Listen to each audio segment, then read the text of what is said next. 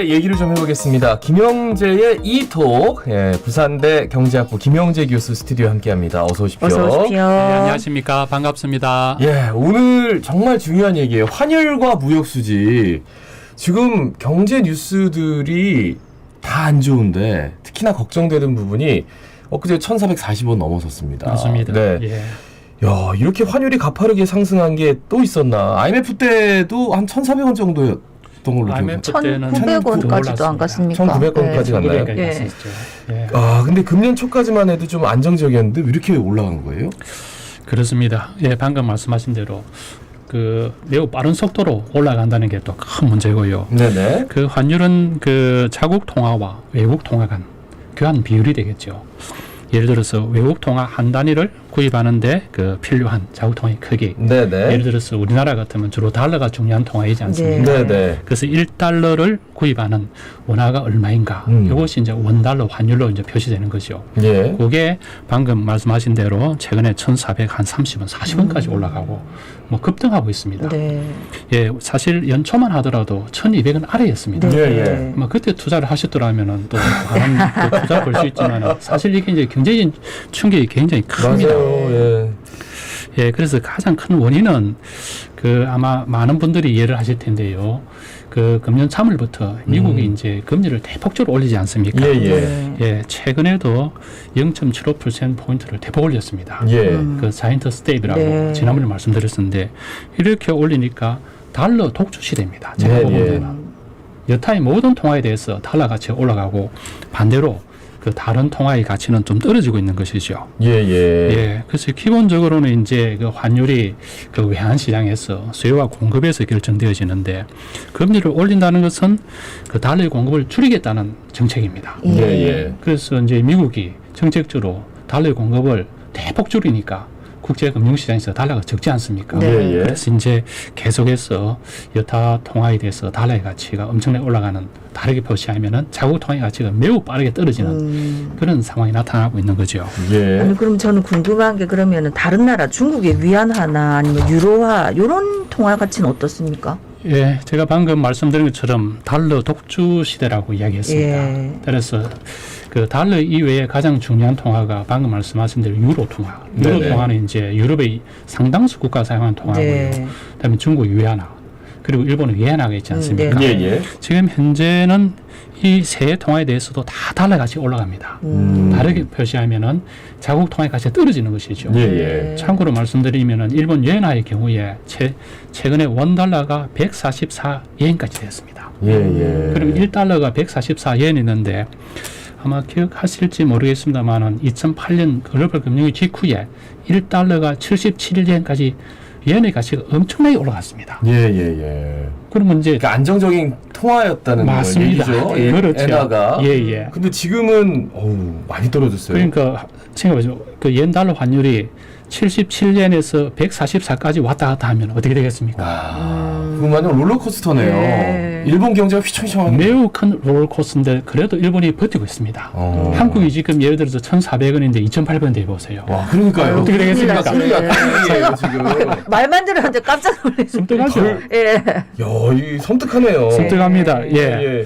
예, 그래서 그 이제 중국 위안화도 마찬가지입니다. 중국 위안화도 1달러당 한 6 근처로 왔다 갔다 했었는데 지금 7.2 정도로 이렇게 위안화 가치가 떨어집니다. 네네. 예.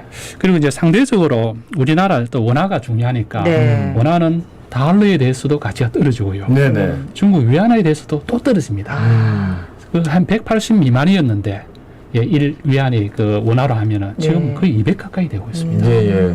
이럴 때면 해외여행을 갈 수가 없습니다. 그러니까 전 세계에서 가장 지금 대접을 못 받는 게 어떻게 보면 원화, 엔화만큼이나 지금 대접. 네. 얘네가 가장 예, 대접을 못 받고. 받는. 네. 예, 예, 예. 예. 아, 그러면 어떻게 되는 거예요? 앞으로 경제가 어떻게 되는 겁니까? 그래서 일반적으로는 뭡니까? 통화 가치가 이제 떨어지게 되면은 예.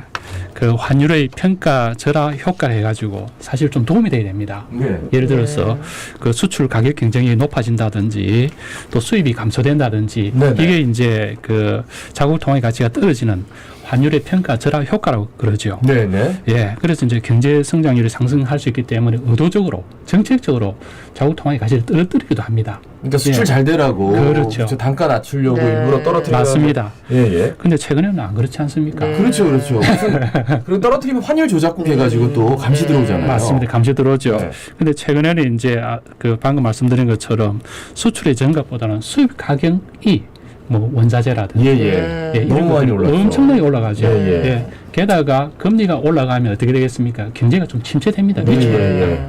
우리가 아무리 좋은 상품을 잘 만들더라도 사줄 데가 없으면 수출이 안 됩니다. 네네. 그러니까 수입액은 증가되고 예, 예. 수출액은 감소하는 이런 상황이 나타날 수 있다. 이런 이야기죠. 예. 아, 수입을 꼭 해야 되는 것들이 너무 많으니까 진짜 걱정이 많습니다. 그렇습니다. 최근에 이제 우리나라 무역 수지 추이는 어떤지, 지금 IMF 외환 위기의 가장 큰 요인이 이제 무역 수지 적자라고 들었는데 좀 괜찮습니까?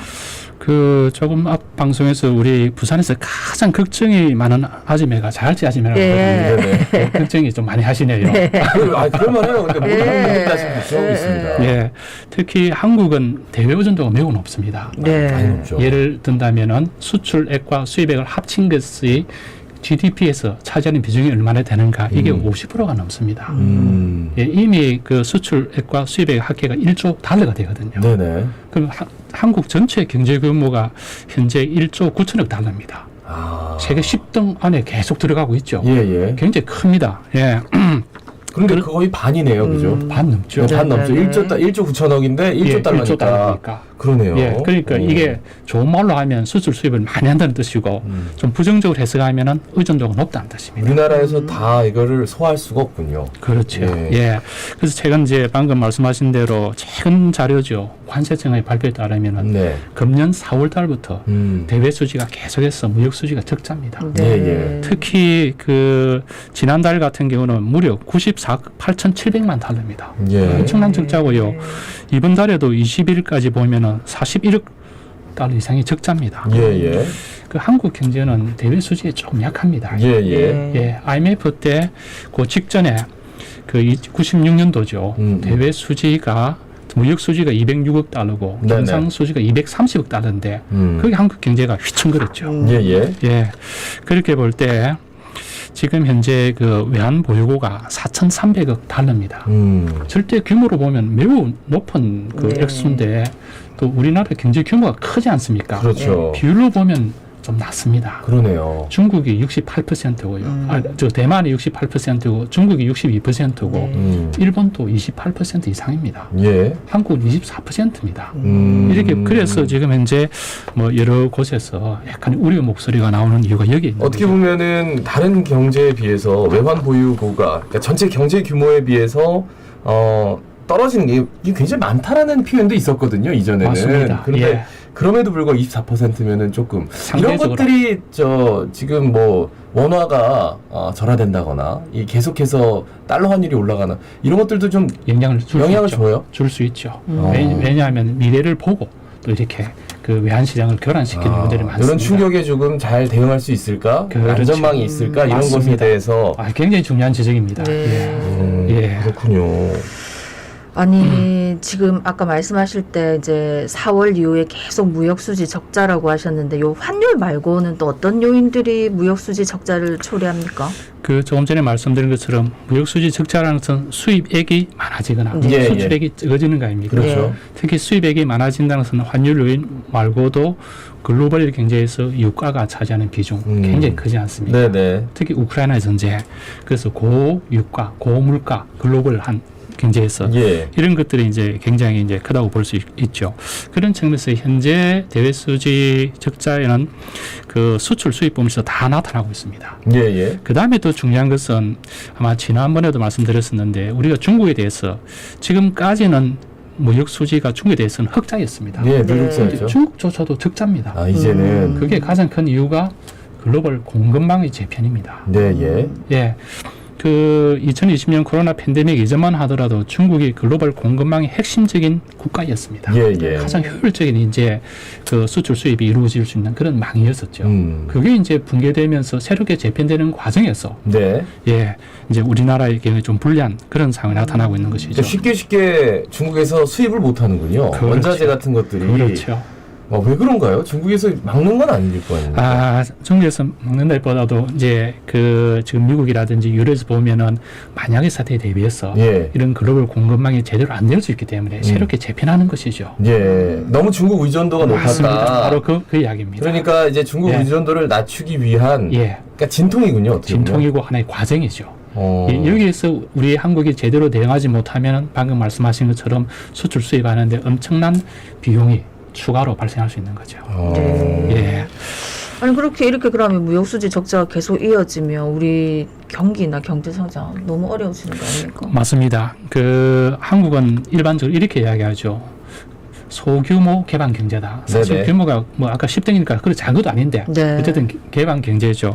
개방 경제는 대외 수지, 특히 무역 수지에 따라서 경제 성장률이 크게 달라집니다. 예.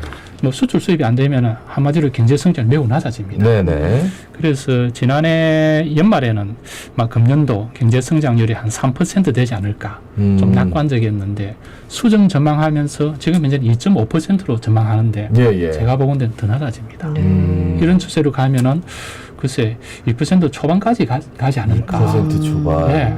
그리고 물가를 놓고 성장률이 낮아지니까 네.